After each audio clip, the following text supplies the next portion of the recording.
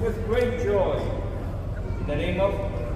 In its name, I claim you for Christ, our Savior, by the sign of the cross. Okay? So, tanda ko po ng krus sa kanilang noo, tapos ang magmula, maganda, tapos yung ilong at nilo.